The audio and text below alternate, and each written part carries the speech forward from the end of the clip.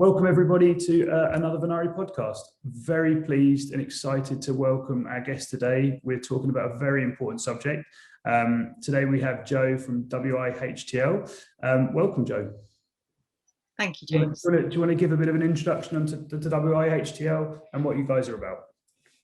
Sure, absolutely. So WiHTL is Women in Hospitality, Travel and Leisure, and we are an organisation that aims to increase representation at leadership level for women and ethnic minorities across the sector.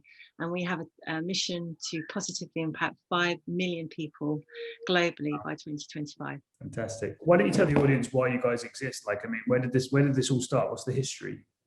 Sure. So our chair and founder is a lady called Taya Kolayani, who really has a passion for the industry, but also has a passion for diversity and inclusion, particularly for gender. Taya, throughout her career, was very frustrated at being the only woman in many situations and circumstances around a table. And that has been through her career in terms of being a lawyer, a corporate lawyer, coming through to her executive career in HR, and then finally, in her non-executive career. And both Taya and I are hugely passionate about, as one person elevates, they bring the ladder with them.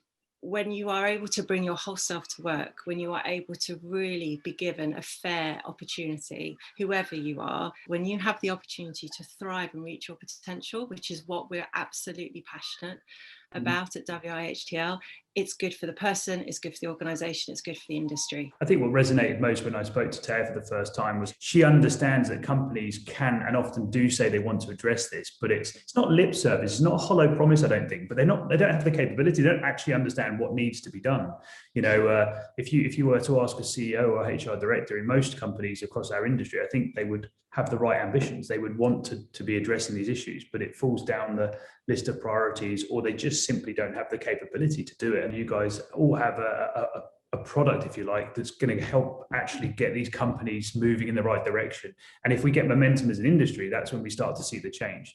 So for me, I think Taya's passion is very obvious about it, but I think she's got a very realistic approach. And I think that's what got us really excited. We want to help you guys raise your awareness. We want to help people understand where they can come for help.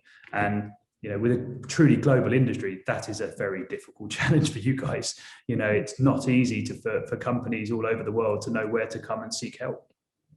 And I think the pragmatism is at our core. We come from the industry. The things we do is for the industry, and we understand the realities of it. We understand the teams, we understand the challenges. Back to your point, and what works, because it's not like financial services that can wave a magic wand and have lots of budget. It's that's just not the reality of what we do. So that's why bringing the companies together, and so we create a safe space for that conversation, but we all say, borrow with pride. If a business is doing it well, let's share it. Let's bring all the resources, let's bring all the best practice, and then we tend to be a conduit to that. We advocate, we don't name and shame, we advocate, we promote positive action. How do you get the sort of influential males involved in this? Like, what is the message to them? Everybody has to be part of the conversation, and I think there are two areas that will always resonate.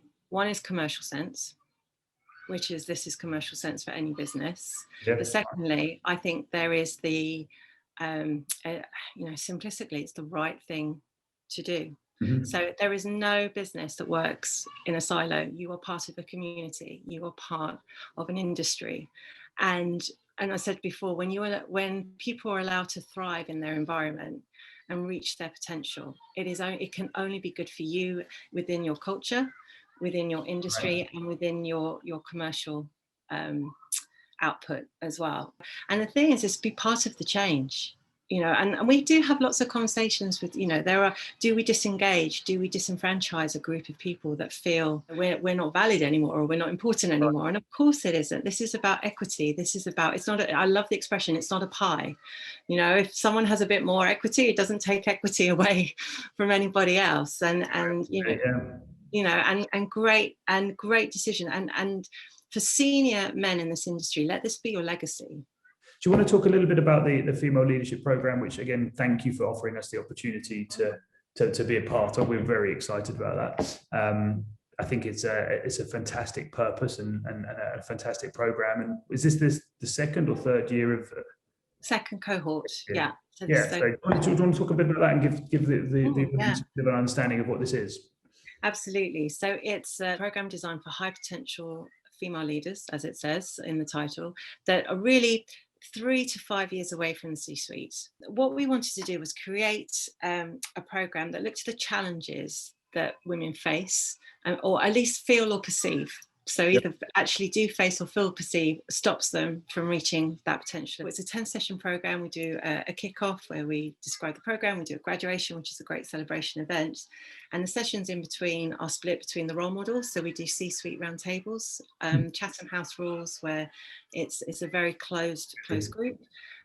With some very senior representation. And then the other sessions touch on things like imposter syndrome, which affects men and women. So it's very open, but imposter syndrome, impact and gravitas through communication as well, and strengths-based development, which I'm a passionate believer in, really understanding your strengths.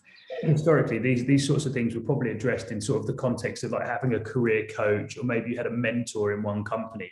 And I think what's really exciting about this is that you are bringing together an extremely eclectic bunch of people to learn from a lot of people who've experienced and gone through that journey, and can share their learnings. That's the bit that got us really, of the belief that this was a program that's doing something slightly different. Because I think historically it's been companies doing it themselves. There's been nowhere to go and learn this. There's been no conduit to sharing experience. I love the fact that when this is finished, that people don't walk away. That's not the last touch point they have with you guys, right? They have an alumni, similar to that maybe of a business school or something where they can rely on. And if you think about how the business schools have sort of formed these alumni where people almost follow each other through their careers, and become sort of those confidants to each other. This is exactly what you've got, right? I mean, your year one cohort presumably are still engaging with each other very regularly.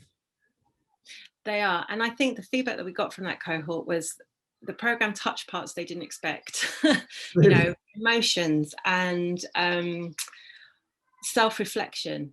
How do people get in touch if they want to be part of one of these programs moving forward? I think we've pretty much oversubscribed now, right? You're done for this. For this cohort, we're done. But yeah, how do people get involved in this? Either the individual or the company. So really, it's for our members. So companies are members, in terms of it's included in their membership to have 2 places on the program. So they can nominate 2 of their staff, right, to be part of it. Exactly. And we have taken individuals in the past, and we've someone who's perhaps in a company that may never sign up to a membership, but we try and keep it to our members as a value for our members. But if you've got an individual who is eager to sort of embark on one of the programs, they can go and lobby this to their employer, and you can obviously help them with that, right? You can help them understand exactly why they would want to do that. Yeah. And it's only just one part of what we do. So the program is massively powerful, and it's, and it has such an impact. But when companies become members, they get access to absolutely everything that we do as well. So it's, it isn't just the program if they become members, but particularly we say that it's two spaces per participant, and we were oversubscribed this year. So we've tried to accommodate as many as we can. And on this cohort, James, just like, we've got, over 60 participants from over 35 companies. Well, look, thank you so much. Really appreciate the insights today, and very much looking forward to continuing to be a partner to you guys and helping in any ways we can, and very much being a partner to the leadership program this time around as well, which I'm very excited to be one of the to be our first year supporting you, right? So I'm looking forward to learning. I'm selfishly looking forward to joining on a couple of the sessions and really and really learning myself as well, because this is an industry I'm passionate about, and I thank you for all the work you guys are doing and continuing to raise this important issue. Thank you, James. It's been an absolute pleasure. It's great to have you helping us with the program. Thank you.